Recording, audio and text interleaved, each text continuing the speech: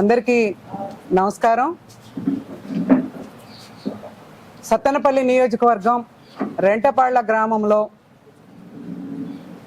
నాగమల్లేశ్వరరావు అనే యువకుడు చనిపోయి దాదాపుగా సంవత్సరం అవుతా ఉంది.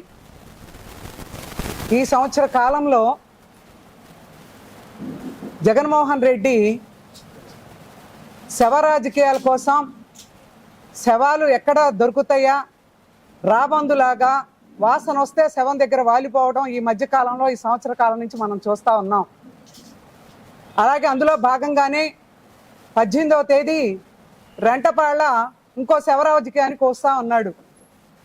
ఆ శివనాగ మల్లేశ్వరరావు అనే అతను బెట్టింగులు పెట్టి పందాలు పెట్టి అప్పులు పాలై ఆ అప్పులు ఊబిలో నుంచి బయట పడలేక తండ్రి కొడుకులకి ఆస్తుల దగ్గర విభేదాలు వచ్చి ఆ క్రమంలో అతను చనిపోతే సూసైడ్ చేసుకొని అది రెడ్ బుక్ రాజ్యాంగం అని చెప్పానని నిన్న చిడతలమ్మ వచ్చి చెప్తా ఉంటుంది రెంటపాళ్ళలో. చిడతలమ్మ, నేను ఒక మాట అడుగుతా ఉన్నా నిన్ను, నువ్వు చిలకలూరుపేటలో ఎంత అవినీతి చేసావు? చిలకలూరుపేట నుంచి పారిపోయి గుంటూరు 2లో నువ్వు పోటీ చేసావు. నువ్వు మళ్ళీ ఎందుకని నువ్వు అక్కడ గెలిచింది ఎమ్మెల్యేగా మినిస్టర్గా చిలకలూరుపేటలో, నువ్వు గుంటూరు 2కి ఎందుకు పారిపోయావని నేను అడుగుతా ఉన్నా. వేల కోట్ల రూపాయలు నీ మీద అవినీతి ఆరోపణలు ఉన్నాయి. నిన్ను కూడా త్వరలోనే అరెస్ట్ చేసే రోజులు కూడా వస్తూ ఉన్నాయి. నువ్వు వచ్చి చిలక పలుకులు పలుకుతావా రెంటపాళ్ళలో? రండి చూద్దాం 18వ తారీఖు మీరు ఏమాత్రం వస్తారో మీ జగన్మోహన్ రెడ్డిని ఎంట పెట్టుకొని. మీరు రౌడీ షీటర్లకి కొమ్ము కాస్తారా?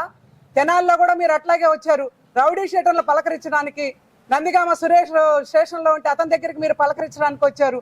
మీరందరూ కూడా రౌడీ షీటర్లకి కొమ్ము కాస్తా ఉన్నారు. రెడ్ బుక్ రాజ్యాంగం అంటే మీరు బ్లూ బుక్ రాజ్యాంగం ఏం చేశారు?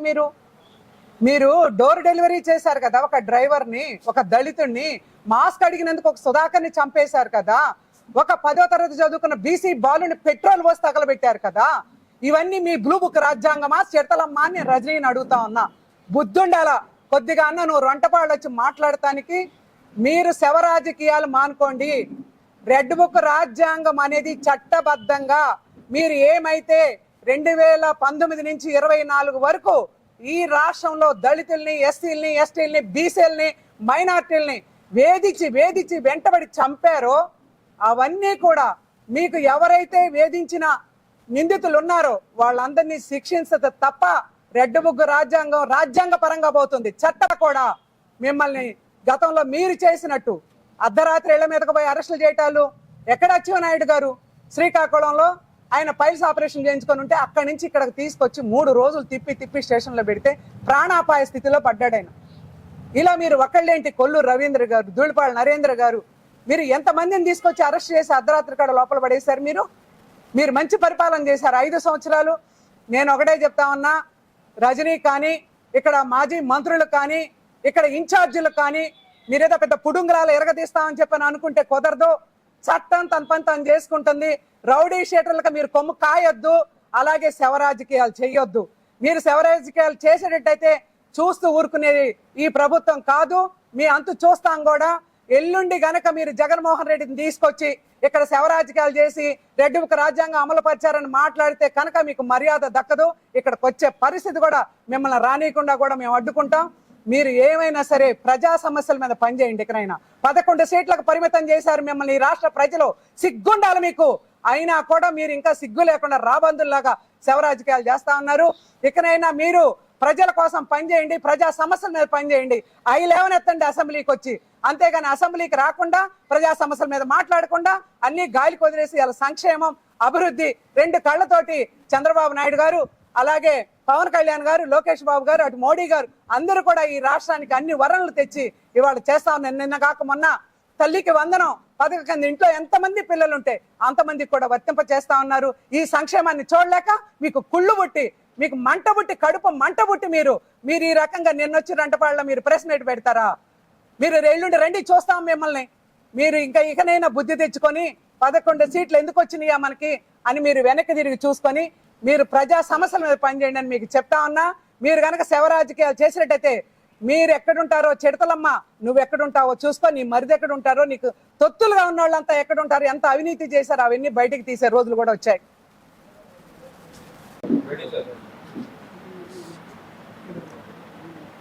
నమస్కారం అండి.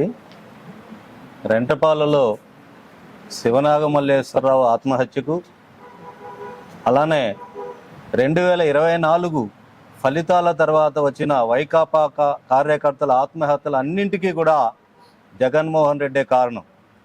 సాక్షి దినపత్రిక కారణం. జగన్మోహన్ రెడ్డి పెంచి పోషించిన ఎగ్జిట్ పోల్స్ కారణం.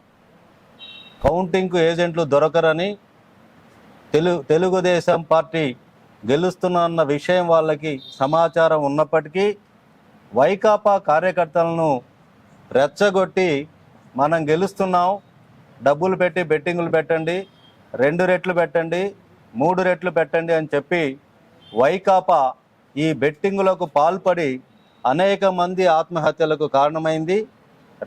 రెంటపాల ఆత్మహత్య కూడా అందులో భాగమే.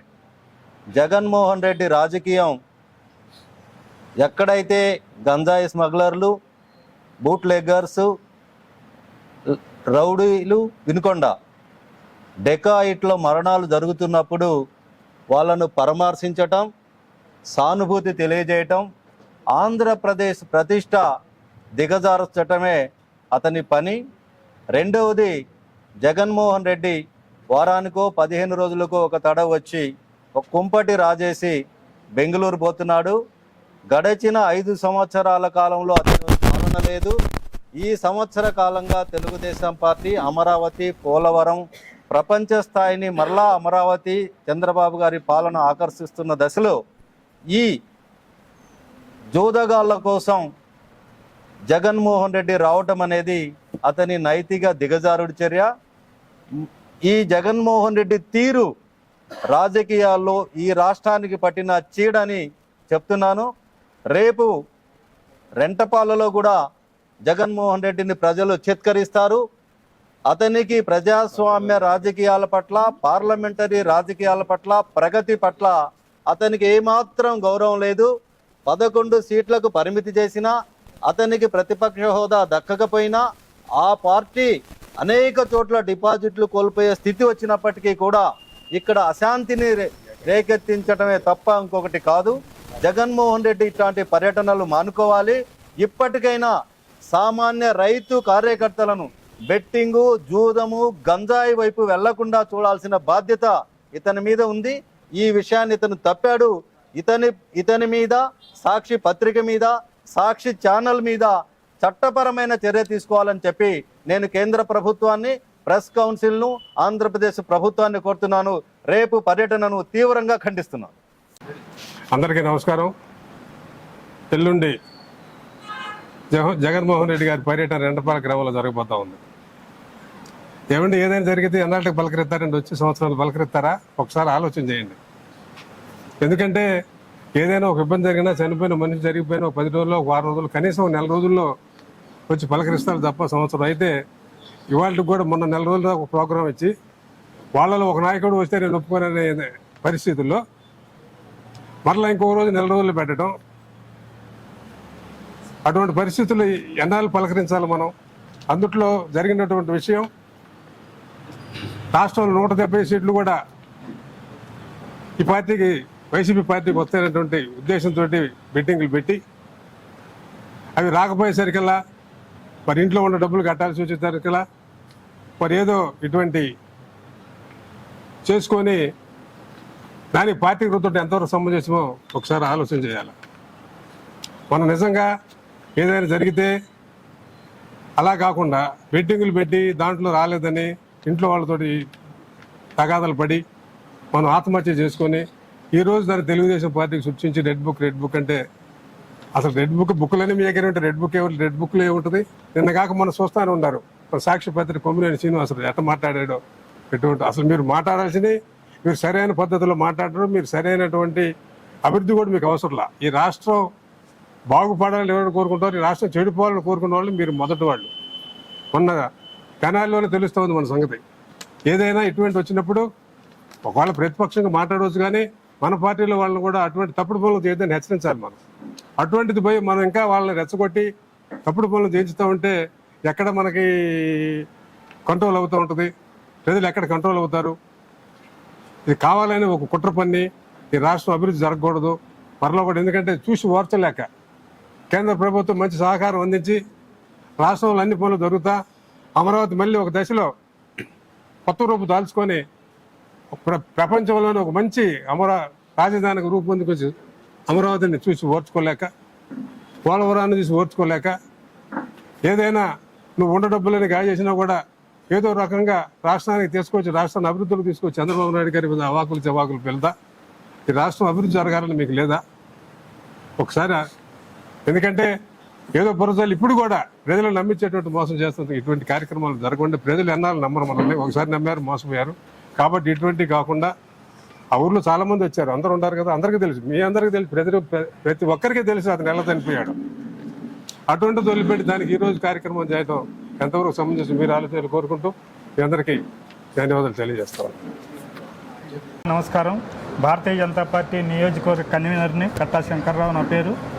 వాస్తవంగా ఒక కార్యకర్త సరే ఏ విధంగా కుటుంబ పరంగా చనిపోయాడా, ఇంకొక పరంగా చనిపోయాడా అనేది మనం ఎవరికి చెప్పాల్సిన పని లేదు, అందరికంటే ఎక్కువ మీడియాకే తెలుసు.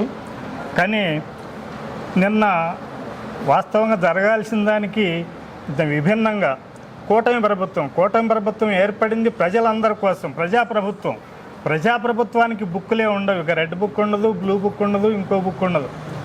అందరినీ సమానంగా చూడటమే, ప్రజలందరికీ సేవ చేయటం ఒక్కటే ప్రజాప్రభుత్వ కూటమి యొక్క లక్ష్యం. ఆ ఆలోచనతోటే కూటమి ప్రభుత్వం ఏర్పడింది. ఇప్పుడు ఈ కూటమి ప్రభుత్వం ఒక రాజ్యాంగాన్ని రాసుకుంది అంటే, కూటమి ప్రభుత్వం ఒక రాజ్యాంగాన్ని ఏం రాసుకోవాలా, భారత రాజ్యాంగమే కూటమి రాజ్యాంగం.